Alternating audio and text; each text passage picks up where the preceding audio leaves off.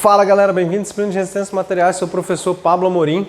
Olha aí, continuando aquela revisãozinha que a gente fez na aulinha anterior, vou botar o link aí na descrição também, inclusive com o enunciado, dá uma olhada aí. Só que agora a gente vai fazer esse mesmo exercício que a gente tinha feito antes aqui, deixei até os cálculos dele aqui, pra gente ver aquelas reações ali. Só que agora eu coloquei uma folga. No vídeo anterior eu falei de 0,1, eu falei, não, vou botar maiorzinho aqui para dar um negócio bacana. Aumentei para 0,02 milímetros, ou 2 a menos 5 metros. Isso pode acontecer, né? Porque eu tenho uma viga próxima da parede, mas ela não está encostada realmente. E ao sofrer esse esforço aqui para cá, ela tende a encostar na parede. Será que ela encosta na parede? Bom, a gente viu, primeiro, né, para você resolver um exercício como esse, você pode verificar, será que ela encosta na parede? Para eu verificar se ela encosta na parede, eu poderia excluir a parede e calcular o quanto ela desloca. Nós vimos isso daqui na sessão anterior, no vídeo anterior, que quando eu não tenho a parede aqui, apenas a seção AC deforma.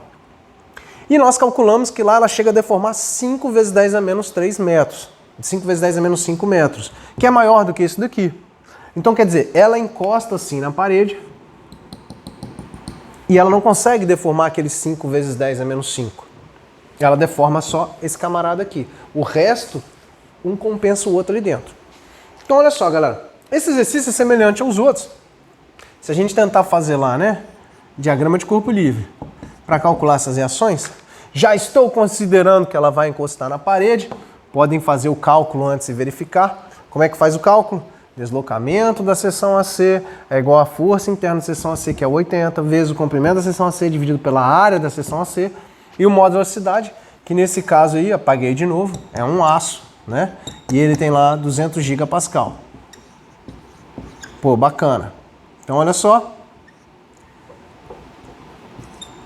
Isso daí vai dar aquele deslocamento de 5 vezes 10 a menos 5. Isso aí ele passa essa parede, ele passaria, mas eu tenho a parede, então ele não deforma tudo. Então ele ainda vai deformar 3? Não. Não é assim também. Aí, saca só, eu sei que ele vai encostar, então tem lá a força de 80, semelhante ao que a gente já tinha feito antes. Reação em B, reação em A. E eu quero calcular essas reações. Se eu fizer apenas somatória de forças em X, eu não consigo calculá-las. Eu tenho que AX mais BX é igual a 80. E também essas daqui. Se eu fizer o método das seções, tem isso daqui também. Dá uma olhada no vídeo lá para relembrar isso daqui. Pega a seção direto, já calcula também, o pessoal já vai lembrar aí. Então eu não consigo só calcular com isso. É estaticamente determinado. É um sistema hiperestático. Tenho mais incógnitas, mais reações do que equações de equilíbrio, que são somatória de força em X, somatória de força em Y, somatória de momento. Bom, pensando nisso, galera, saca só. Então vamos calcular.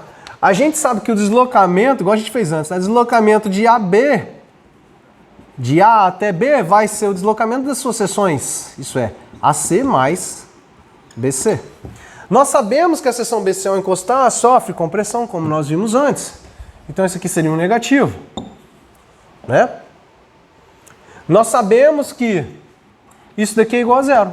Não. Antes o meu deslocamento era zero. O meu deslocamento total era zero. Entretanto, agora eu tenho uma folga. E ele tem que deslocar essa folga até ele deformar. Então, com essa folga aqui, ó, jogar em metro, tá, galera? Porque aqui eu calculo em metro. Eu tenho essa folguinha. O meu deslocamento total não é mais zero como era aqui antes. Agora o meu deslocamento total é 2 vezes 10 a menos 5. E aí, galera, saca só. Faz tudo que a gente fez até agora.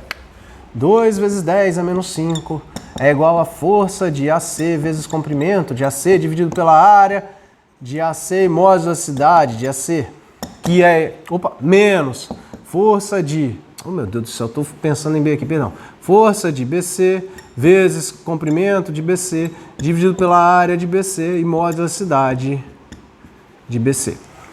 Antes, nós cortamos essa área e módulo da velocidade, porque não tinha nada aqui, elas eram iguais. Elas continuam sendo iguais. Entretanto, quando eu passo multiplicando aqui, ó, não é mais zero, eu tenho 2. Então tem que representar essas forças. Então, fazendo a substituição, galera, prestem bastante atenção nessa substituição. Eu tenho que a força de AC, né, é o meu AX, não é isso? Como a gente viu lá, vezes o comprimento de AC, que é 0,2, menos o BC, que é o BX, a força interna de BC, que é o BX, vezes o comprimento dele, que é 0,3. Isso aqui, galera, dividindo pela área e o módulo da cidade, a área dele, fui ver aí se estava enquadrado aqui, é 0,4 ao quadrado, 0,04 ao quadrado e 200 gigapascal. Beleza? Isso daqui passa multiplicando aqui agora. E o que é interessante aqui, que nós fizemos lá também, substituindo os dois. Então se eu pegar esse AX, né? Se eu pegar o AX e substituir, quem que é o AX no fim das contas? É 80 vezes 10 à terceira menos BX, calma que eu vou falar sobre esse 10 à terceira, vezes 0,2 menos BX vezes 10 vezes 0,3. Reparem que aqui, eu gosto de fazer isso para a gente pensar e não só gravar as coisas. Aqui eu não coloquei o 10 à terceira. Por que não? As reações, eu já estava falando que a força estava em kN, então eu vou calcular e vou ter as reações em kN. Entretanto, aqui, eu tenho esse camarada na potência também. Se eu tenho ele na potência aqui, eu tenho que considerar aqui também. Então, vou achar as minhas reações com potência. Por quê? Quando eu multiplico isso daqui vezes esse, ele não vai ser só 16, ele tem que ser 16.000.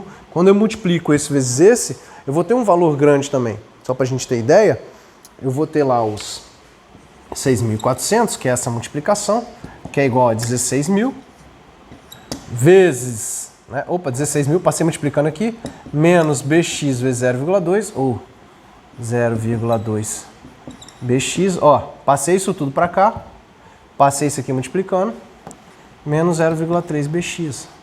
Aqui agora, repara, se fosse só 16, olha a diferença que seria isso. 6.400 menos 16. Não, 6.400 menos 16.000. Então por isso que eu preciso dele.